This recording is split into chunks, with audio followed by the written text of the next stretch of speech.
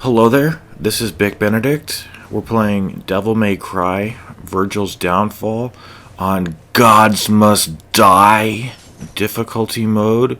This is mission 3 of what I hope to be bringing you of 6 total missions. And the 2 notable fights include the next fight and the final fight in the chapter, which I think is it the hardest fight in the campaign? I think it is, quite honestly. But if you can do it, and that is the hardest fight for you, you have nothing else to fear, except perhaps the Hollow Vergil boss fight, which is pretty difficult. I haven't done it yet, but I will do it next chapter. So I released this video. Excuse me, let me just do a little quick rundown before we get into the next fight. This chapter, this fight is not too bad. However, I released video 1 for this series 12 hours ago, and I haven't received any comments on the video, so I'm not sure if, it's just a coincidence, or if people just aren't interested in this project. I will have to see, because sometimes my channel goes days without getting comments, and it's pretty disappointing to me. And I'm redoing this commentary because the first time that I did it, I sounded a little bit too pitiful, I think, and I didn't want to strike the wrong note with people, so to speak. But just suffice to say, if you don't comment on the channel has no idea who you are. So it's a give and take situation. YouTube has always been particularly cruel to me, apathetic, and it's been that way ever since I started, and ever since I've had my other channel. I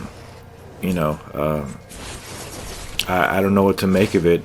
What happened was, I left this morning, I unprivatized the video, and I got back after doing a day's worth of stuff that I had to do, and now it's the next day, in fact, and no one's even commented on it. So it's pretty depressing to have that kind of pathetic engagement level. I don't know. That's pretty common. I mean, this channel, like I said, it can go. I've passed an entire weekend many times, like, just to give you like a general idea, no comments coming in, and I'm not sure. I don't know what to do. It's always like that. I don't know what it is. This game, what is it? Is it this nobody's interested in this difficulty level? I don't understand it, to be honest. But it's very depressing, and it kind of hurts personally, to see all these other channels that are really successful and they have high engagement levels. People are liking the videos, and the video in question is the first video of the series, and it does have like 10 likes, 1 dislike. But if you're liking the video, why aren't you watching and commenting? You have to do your part in this channel. I can't do everything. So that's the end of the speech. And we're coming up on this first fight over here of note. I think it's 4 waves. And in the last video I mentioned that one of the butchers, his AI completely ground to a halt. And I'll show you where that was over here. This is all about stamina management. So if you get to this fight and you don't have much double trigger, say I only have about 5.5 squares right now, it's okay, because you're not going to need the double trigger until a little bit later in the fight. By the time you get to the part where you actually need it, you will have enough, as long as you come here with at least half of your double trigger, because you shouldn't need it here. I can't see anybody having problems with this enemy. All you do is you do the trick up when it's coming towards you, and you can do your perfect charges to launch it and just punish it severely. But the only thing over here that's difficult is the rages, and we will be fighting a witch in this chapter, and I think in video 1 I said that the witches don't devil trigger. I was wrong about that. I wasn't looking at them closely enough. They actually do have the devil trigger aura over them like every other enemy in this game.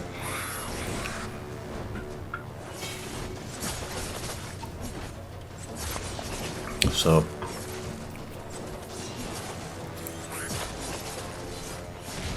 anyway, so just the whole business about the guy not having any engagement level.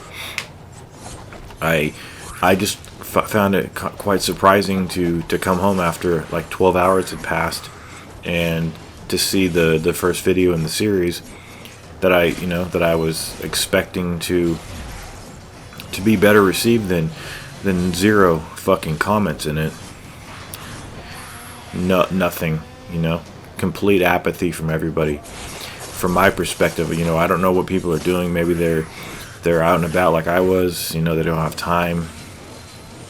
But it has about 75 views, so 75 people watched it. Nobody left a comment. I'm not sitting here refreshing the page every 5 minutes.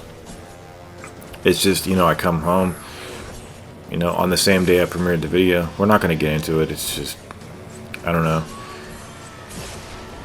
I never get views. I don't know. It's just, I don't know if people don't like me, or people don't think that it's fun to be around me. I don't know what the fuck it is. So just to hell with it. I'm just sick of the of YouTube. It's always given me the cold shoulder. Always been unrewarding. I'm not sure why that is, but it's a stark reality. So anyway, we're going to be coming up on one of the harder waves coming up here. But as I narrate this, I'm thinking to myself, who am I even talking to, like right now, down the road? If nobody is even watching it, then anyway. So you want to get on these guys immediately. Distribute damage. You can use the asynchronous combat with the doppelganger if you're in between these two enemies here and you want to strike in 2 directions. It's a good tactic. So with those 2 rages out of the way, you're going to be in good shape. Now, what happened over here with the butcher is I don't know if I had any impact on what happened. It's the same kind of thing as what happens with the that beast enemy. I can't remember what the goddamn name of him is. But look at this. I did take a strike, and then he turns around. He does his own little combo, and then he completely faces the wall. And when I was doing this, I thought to myself, God damn it. It was nice that it's a blessing. However, when I was doing this, I'm like, it's easy, but at the same time, it makes it seem like, I'm cheating in some way. But this, I can't, I'll talk about it in a minute. So once this guy is in his termination mode, we're going to run away as far as we can and just wait for him to explode. And then I'm not going to reveal what happens up here because I would like you to be surprised. So we're going to let him phase out. I'm going to approach this guy and just check out what happens here.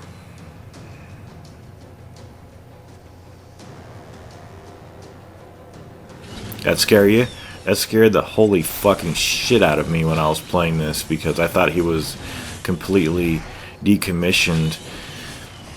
But if that has happened to you before, just know that it happens to me quite frequently with the I don't know the name of him, but it's another sad thing to take note of, and it's a reflection of modern gaming, I think. What causes what we just saw there? What is the cause of that?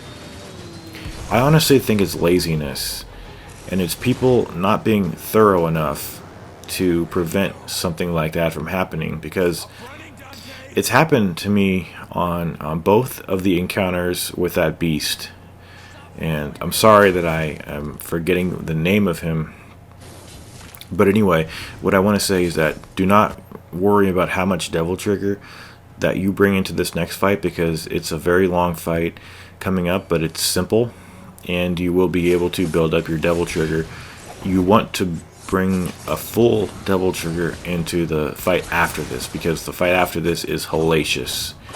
Now, I think it took me about 3 hours in total, but it took me twice that much when I did this on Dante Must Die difficulties, or Vergil Must Die. I'm sorry about that. I keep saying that.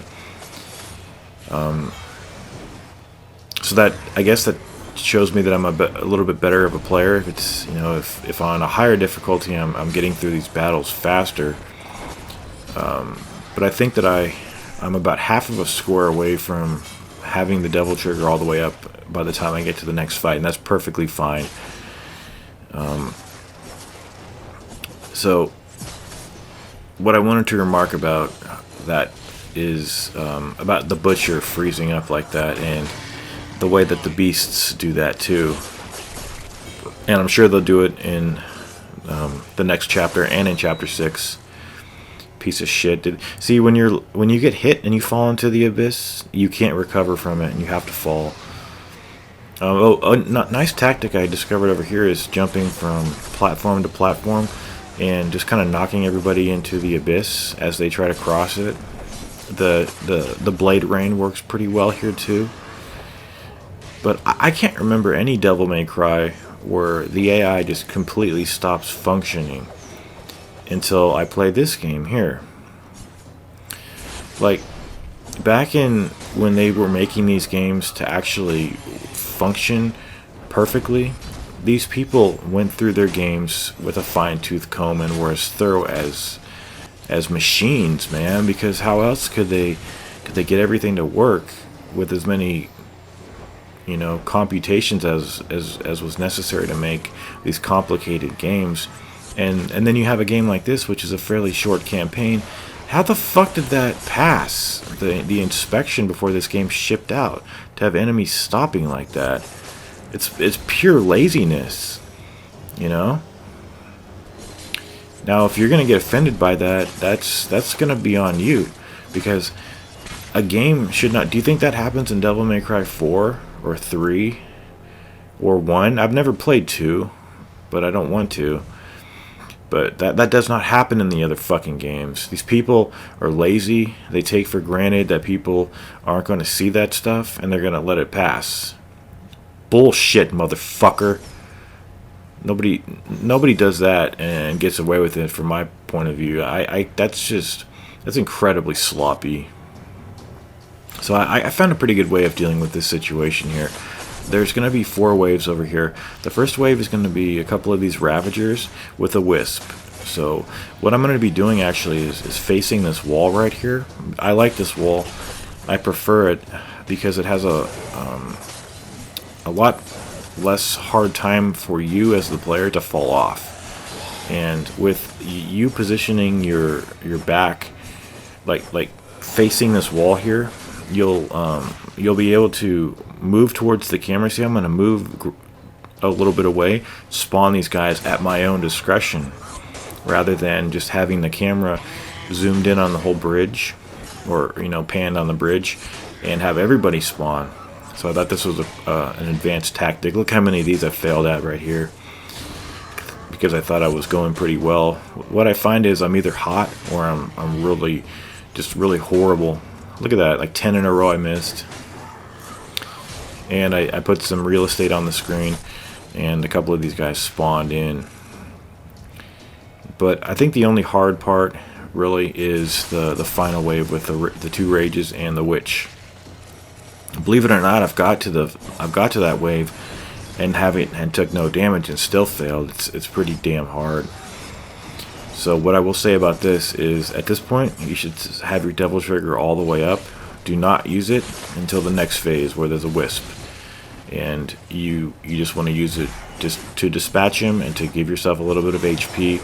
You want to have at least a little bit more than half, you know, something significant in your HP gauge to let you take a hit or two just in case the rages claw at you, or the witch hits you with her AoE, which is, it takes off like 75% of your health. It's incredible. But if you can have all your devil trigger or almost all of it, you'll have a high chance of succeeding over here, because with the summon swords, which I'm going to use, the blistering swords works wonders on this boss, as does the summon swords. See, I'm going to keep the camera as tight as I can against this wall so that I can control these rages, do the perfect charges. But if they're not devil triggered, they're not going to need a perfect charge. However, every enemy just about is in this difficulty. So I think it's just a matter of keeping yourself as level-headed as possible during this fight, and just realizing that a successful charge is probably going to get you to flick those rages off the bridge. But it's not an easy fight, and I do think it's up there with the hardest fights in this campaign. I'm not dreading the dual butcher and witch fight anymore, because I now know how to control those butchers and make them, just wait out their eventual demise. Take care.